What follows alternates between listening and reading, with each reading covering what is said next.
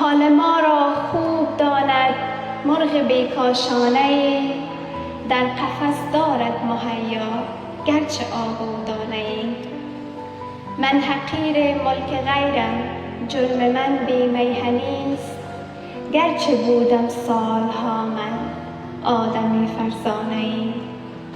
مست بودم بی شراب در خاکسار میهنم، کی کند مستم چنان نوشم اگر پیمانه. ای که سوی میهنم از خوش نصیبی می روی، ای که سوی میهنم از خوش نصیبی می روی، بهر من خاکش بزن یک بوسه جانانه. بی آشیانه گشتم، خانه به خانه گشتم، بی تو همیشه با